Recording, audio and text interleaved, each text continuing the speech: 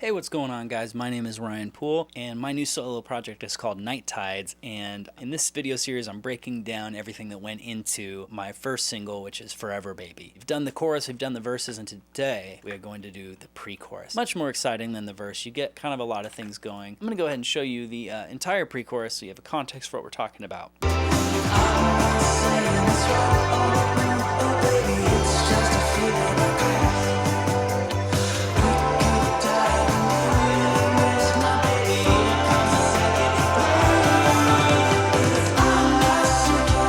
As always, let's start with drums because they are the rhythmic foundation of the song and they are basic as hell.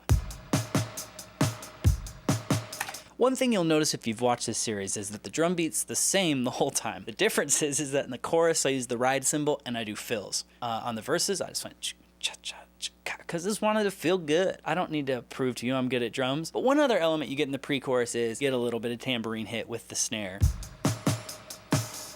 Just amp it up a little bit more. I was really happy with how the bass on this came out. So if you watch other videos, you know most of the sections of this song are in the key of G major, but in the chorus and the pre-chorus, we switched to C. And it has a really interesting feel because you're still sort of living in G land a little bit when we come into C, and I land on a 2. You could think of it as a 5 minor of the original G key if you wanted, but you'd be wrong because I wrote it and I say it's C. So I use the bass a lot to transition between the sections and help move the song along to get into the different keys and hopefully feel natural. So I'll play just the end of the verse. You'll hear how it walks up and takes us to the pre-chorus.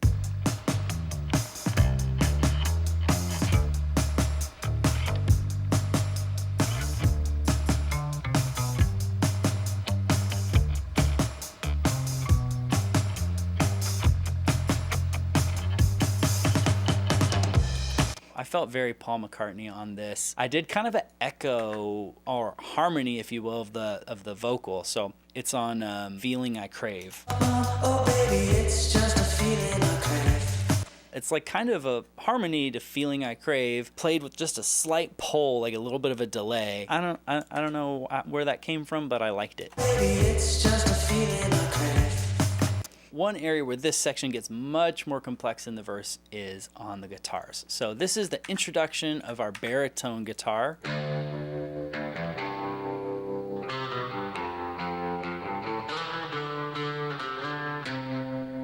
So nicely at the end walks up to the C chord. Basically all my thoughts were about making the motion make you feel very happy to be in the chorus now. Then in this section we have this guitar, which if you can read the title here, I call Crazy because it was crazy. I just tweaked the space echo to have gnarly feedback.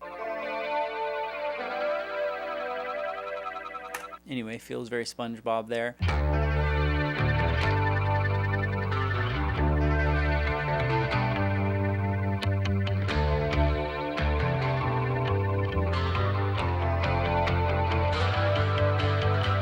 To me, what that guitar part adds is it adds another emotion. If it were a color, it would be like adding some like dark maroon to the song. Like it just helps make it just a little darker, a little edgier, less happy. It feels almost slightly sinister. Ooh, good word. All right, then we have the piano. Piano's very basic, just playing the chords.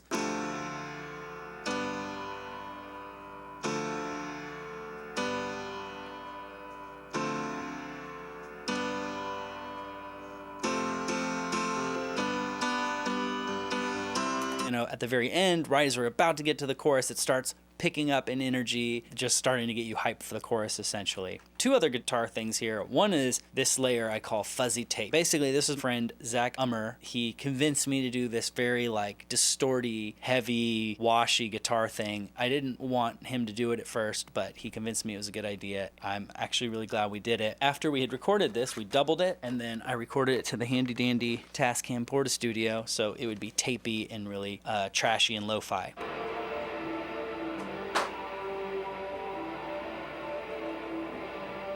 So here it's pretty quiet, but it's just there to give another texture to the song.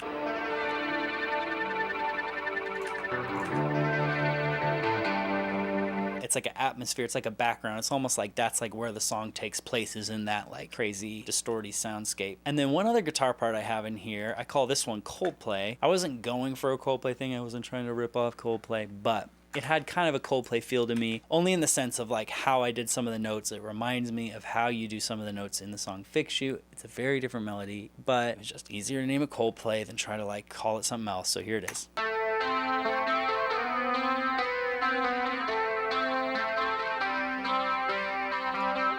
I'll admit, out of context, it sounds kind of Coldplay-ish.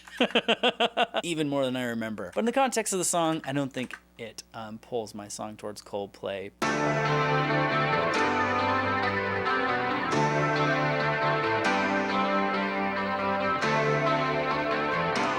And then there's one other huge instrumental thing here in this pre-chorus, and that is a hammered dulcimer. So a hammered dulcimer, if you don't know, is a dulcimer that you play with hammers, and it sounds really pretty. And I'd never played one before, but my friends in Dawson Hollow left their hammered dulcimer here. It's laid out. It tells you what notes are what, so it was like fairly easy to just be like, that's an F, that's a D, those are in the key, I'm gonna play them now. I ended up promoting that to be one of like the loudest parts of the pre-chorus. I just think it's really cool and different.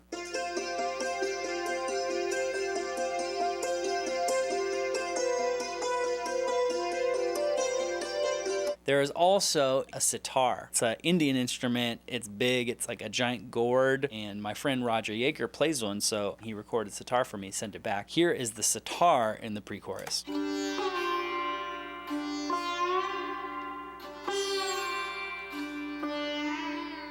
Sitar, being from India and all, first became popular in American music through the Beatles. We use it in the Western world to like convey a sense of like something being exotic. And so when you hear it, your brain goes exotic. Here's the instrumental pre-chorus.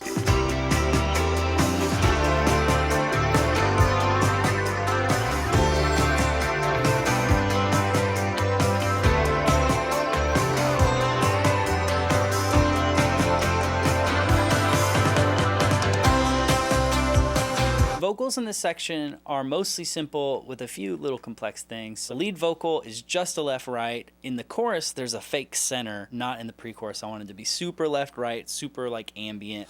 We could die in a million ways, my baby. Here comes the second wave. If I'm If you didn't notice, that is a pun about waves, because that's what the song's about, surfing waves, but also about like waves, like COVID-19 is a wave. So, haha, a pun. All right, so now I added a low octave to that as well. I'm not saying it's right or wrong, oh baby, it's just a feeling I crave. And then we have an ah. I think it's 6 different vocals. It's a 3-part harmony, and each one's doubled. So here's 6 of my voice going ah.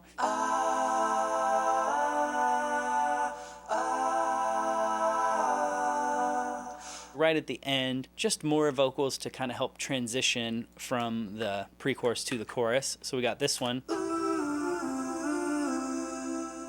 And I think my idea was just to have a melody that landed on the C, which is the first chord of chorus 2. And then I did this just because I thought it was super retro. Come on, baby. And that's me singing falsetto, doubled, and then also me doing like a lower octave of it. Let's just do just pre-chorus vocals. I'm not saying it's right or wrong, oh baby, it's just a feeling I crave. We could die in a million ways, my baby, here comes the second wave. If I'm not sick. That's the pre-chorus. This is the whole thing. All right, we're done. Next video, I'm going to break down the outro and the bridge, which are kind of the same thing, but different. And so you'll see that distinction later. Thanks for watching. I will see you soon.